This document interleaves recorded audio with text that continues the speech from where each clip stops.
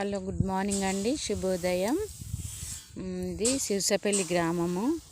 అయితే ఇక్కడ వడ్లన్నీ ట్రాక్టర్ తోటి మిషన్ తోటి కోపించి ఈ బండ మీద పోసిండ్రు. పోసి దీన్ని ఇప్పుడు ఆరబెడుతుర్రు. ఆరబెట్టాక వాళ్ళు అమ్మడానికి సిద్ధమవుతారు. అయితే రాత్రింబవళ్ళు కష్టపడుతుండ్రు. ఎట్లా అంటే మరి నైటే కోసిండ్రు, ఎందుకంటే తెల్లవారితే ఎండ ఎక్కువ ఉంటుంది. అందుకే రాత్రి వేళ కోసి అక్కడి నుండి ఇక్కడికి మోసుకొచ్చిర్రు. ట్రాక్టర్లో నింపిండ్రు, వడ్లు నింపి మళ్ళీ ట్రాక్టర్ ఇక్కడికి వచ్చి పోసిందండి. అంటే ఎంత రిస్క్ పని, ఎంత కష్టమైన పని చూడండి. తర్వాత అక్కడ ఉన్న పొలాలన్నీ కోసిర్రు, కొన్ని కొయ్యని పొలాలు కూడా ఉన్నాయి. ఇక్కడ చూడండి, అందరూ ఇక్కడ పోసుకున్న వాళ్ళు పొద్దున్నే ఉదయమే వచ్చి నేర్పుకుంటుండ్రు. ఎండకు ఎండాలి కదా, నేర్పి వెళ్ళిపోయి మళ్ళీ ఒక ట్రిప్ వచ్చి మళ్ళీ చూసుకొని పోతారు. తర్వాత ఇవి సన్న వడ్లు, ఇంకా అక్కడ పొలం గొయ్యలేదు చూడండి, ఇవి సన్న బియ్యం వడ్లు. తర్వాత ఏంటంటే ఇప్పుడు ఇవి పోయే వరకు కూడా వీళ్ళకు కష్టపడమే టెన్షన్. ఎందుకంటే వర్షం ఏమొస్తుందో తడుస్తాయని భయం. కొయ్యనప్పుడు కూడా అకాల వర్షాలు ద్వారా కూడా భయమే ఉంటుంది, టెన్షన్ ఉంటుంది. ఎందుకంటే అవన్నీ తడిచిపోతాయని. అయితే పొలాలల్లో చూడండి, అక్కడ లోతుకున్నది కదా చూడండి పొలము. వర్షం పడ్డప్పుడు అందులో నీళ్లు నిండుతాయి. వరిలా నీళ్ళు నిండినప్పుడు మళ్ళా నీళ్ళు ఎండదాకా కొయ్యరాదు పొలము. ఎండే వరకు ఆగి కోయాలి. కోసి అప్పుడు మళ్ళా ఎండబెట్టడం ఇంకా టైం ఎక్కువ పడుతుంది. పచ్చిగుంటే తీసుకోరు. అట్లా కష్టపడతారు. నైట్ వేళ వచ్చి చూసిపోతుంటారు. అయితే ఇంకొకటి ఏంటంటే, ఇది ఒకటి పెద్ద బండ ఉంది కదండి చూడండి. ఈ బండ మీద ఒకప్పుడు చాలా సంవత్సరాల క్రితం వీళ్ళు ఇక్కడ ఎట్లా చేసేదట అంటే, రాత్రి అంతా కావలి పడుకునేదట.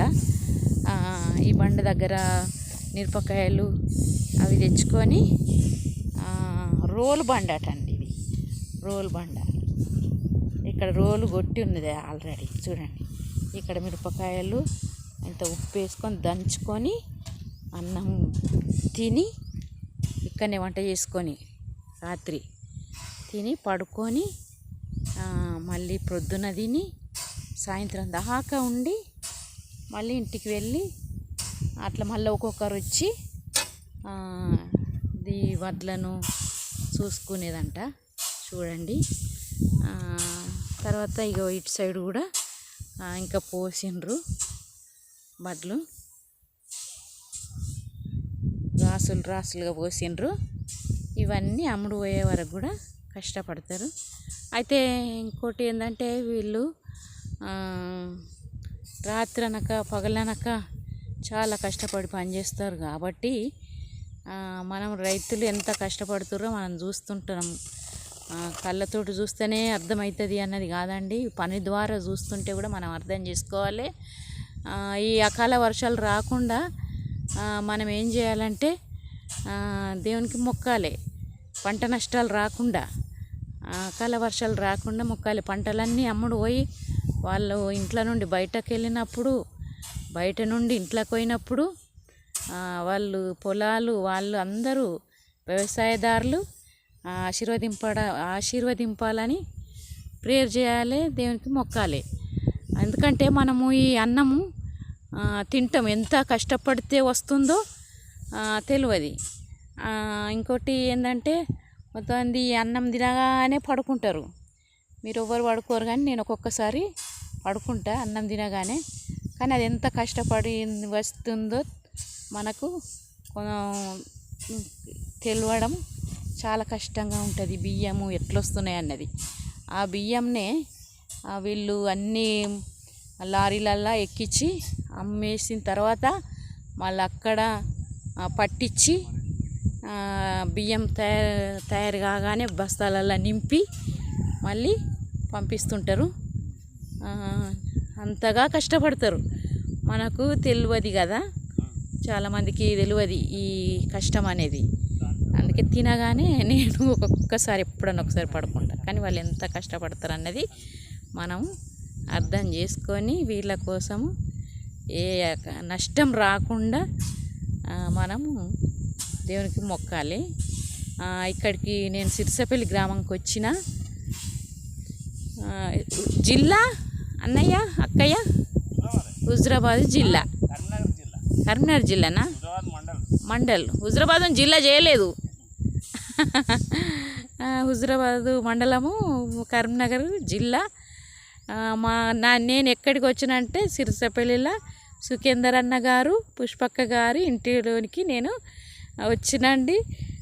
నాకు ఎక్కడ ఏం కష్టం కాకుండా నాకు అన్నయ్య వాళ్ళు అక్కయ్య వాళ్ళు నన్ను ప్రేమతో తీసుకొని వచ్చి నాకు వీడియో ఇస్తారు.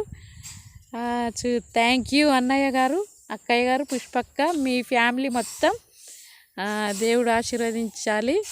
వ్యవసాయదారులందరినీ దేవుడు దీవించాలి. ఫ్రెండ్స్, మరి ఇంతగా కష్టపడుతున్న ఈ యొక్క వీడియోని చూసి తప్పకుండా లైక్ చేయండి. నా వీడియోకి సబ్స్క్రైబ్ చేయండి. ముఖ్యంగా లైక్ చేస్తలేరండి ఎవ్వరు. సబ్స్క్రైబ్లు వస్తుంటాయి, లైకులు తక్కువ వస్తుంటాయి నాకు. తప్పకుండా లైక్ చేయండి. ఓకే ఫ్రెండ్స్, నేను కూడా నేర్పి చూపిస్తున్నా. ఈ పనులు నేను ఎప్పుడు చేయలేదండి, ఇక ఇప్పుడు చేస్తున్నా.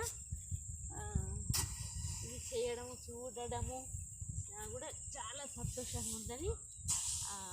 ఏదైనా కొంచెమన్నా పని చేసి సంతోషాన్ని మనము అనుభవించాలి. వాళ్ళ కష్టంలో, వ్యవసాయదారుల కష్టంలో మనం పనిచేసి అనుభవించాలి.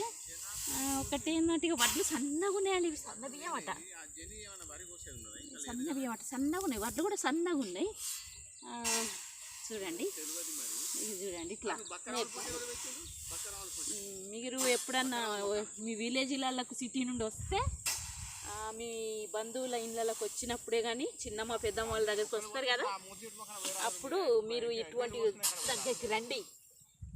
ఇండ్ల నుండి ఇక్కడికి ఒక 2 కిలోమీటర్లు, 1 కిలోమీటర్ ఉంటుందండి. పొలం ఇంటి పక్కకే ఉండేది, కొంతమందికి ఉంటుంది ఇంటి పక్కకే. అంత దూరము బండ్ల మీద వస్తారు. ఇక చూడండి ఇది ఎట్లా ఉన్నది నేర్పడానికి.